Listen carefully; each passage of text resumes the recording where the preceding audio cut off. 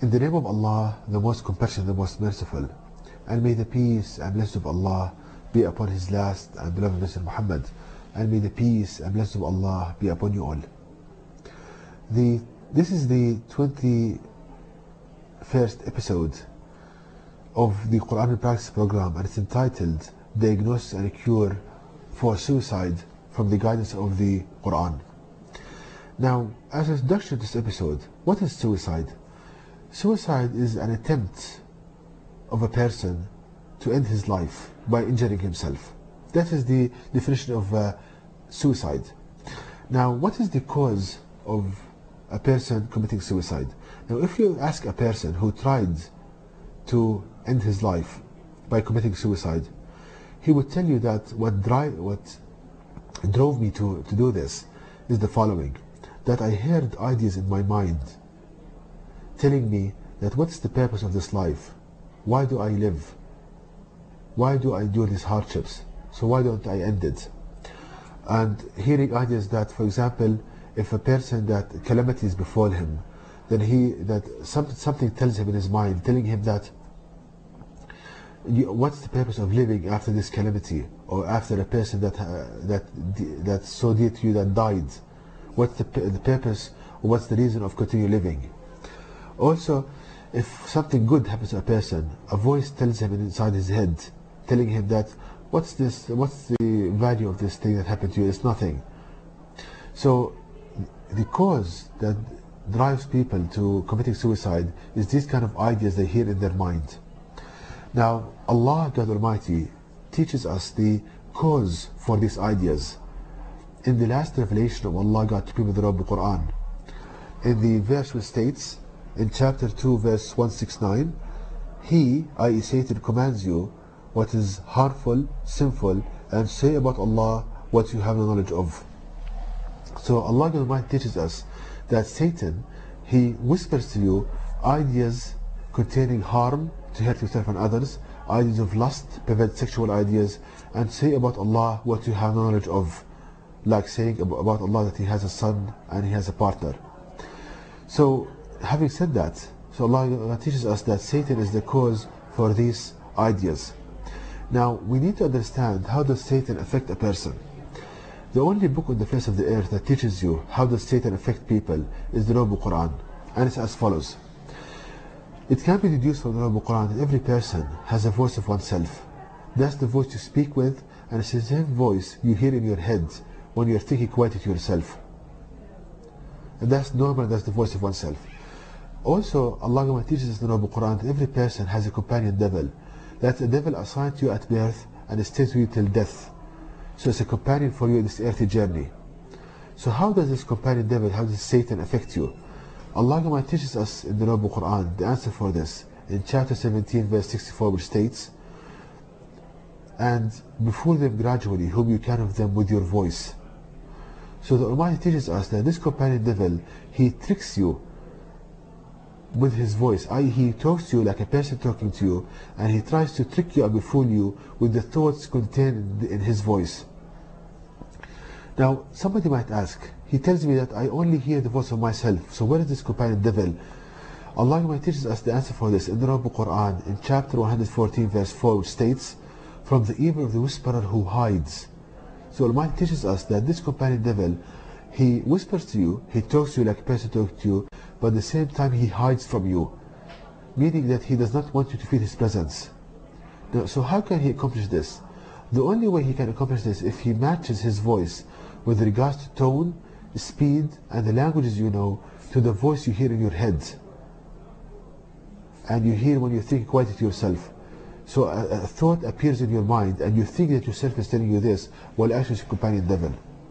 So somebody might ask, how can I distinguish between the thought of myself and that of my companion devil, since the voice is identical?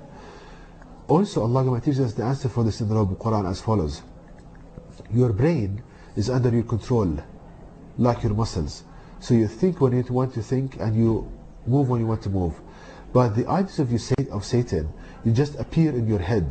They just pop up in your head. You're not thinking about certain thing, just pop up in your head. So that's from your companion devil. Also, the Almighty teaches us that we can distinguish between the thoughts of oneself and those of his companion devil by analyzing the content of the thought. If the thought contains ideas of harm to help yourself and others, ideas of lust, ideas of blasphemy,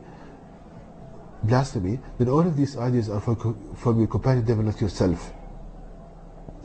So now we understand how does Satan cause suicide. He comes to you with the thoughts, with a voice identical to the one you think with, and he puts a thought in your mind as if yourself is telling you this, telling you what's the purpose of this life, why are you living after a person died, what's the purpose of your whole existence, and he gives you arguments after arguments to justify you doing and hurting yourself. Now there is a byproduct of whispering of Satan. Allah teaches us this in the Qur'an in chapter 113 verse 4, which states, and from the evil of the blowers in the knots. The Almighty teaches us that your companion devil Satan, when he talks to you, he produces vibrations, like a blowing action, and he directs these blows to the knots. What are the knots? If we think about the human brain, we see that the human brain contains neural nodes, knots, and these knots, they are responsible for producing various feelings in the human body. For example, when you hear a good news, then these knots are stimulated and produce chemicals that produces relaxation in the muscles of the body and the feeling of happiness. Now when you, for example, you hear sad news, these knots are stimulated and they produce chemicals that cause tightness in the chest and the feeling of sadness. So when your companion devil, for example, he whispers to you an idea in your head as if you are thinking to yourself this idea, telling you that if you kill yourself, then you will solve all your problems.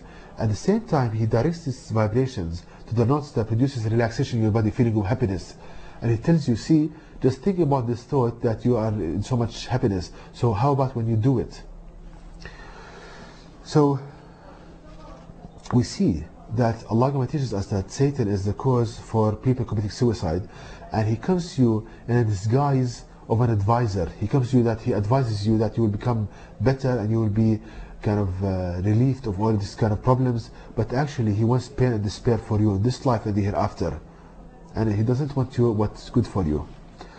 Now, how to the cure for this? How to deal with the whispers of Satan? Allah teaches us the answer for this in the Qur'an in 2 verses. The first verse in chapter 7 verse 200, which states, and if an evil whisper comes to you of Satan, then seek refuge of Allah. Indeed, he is all hearer, all knower. So the Almighty teaches us that when Satan whispers to you with a thought identical to the one you think with, telling you ideas of harm, lust and blasphemy, then seek refuge of Allah, meaning that remember this guidance you are hearing now, remember what Allah teaches you in the Qur'an, and realize that these thoughts are from your companion devil, not yourself, and they're all lies and designed to hurt you, and Allah will not judge you for hearing them, but He will judge you whether you agree with them and carry them out or not. The second thing to do, Allah teaches us in the Qur'an not to follow the footsteps of Satan, meaning not to agree and carry out the thoughts whispered to you by Satan. For example, if Satan whispers to you in your head, telling you to commit suicide, don't do that. And what happens with time is that he gives up on you. Your companion devil, he doesn't stop whispering to you, but he gives up on you. And you'll be protected from these kind of thoughts. So we see, brothers and sisters, the mercy of Allah God Almighty in this last revelation of Allah God to be with the Qur'an.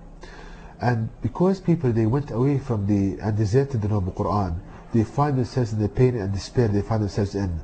They went away from the Qur'an, they deserted the book, and thus they are in pain and despair.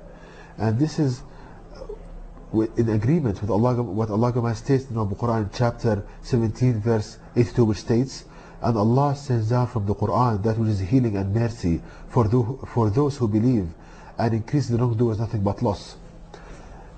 So Allah Almighty sends from the Qur'an which is healing and mercy for the believers and people who go back to the Qur'an and ponder upon the verses, and increases the wrongdoers, those who desert the Qur'an and go away from the Qur'an, nothing but loss. And to know more details about this topic, please visit my website at www.quran-miracle.com.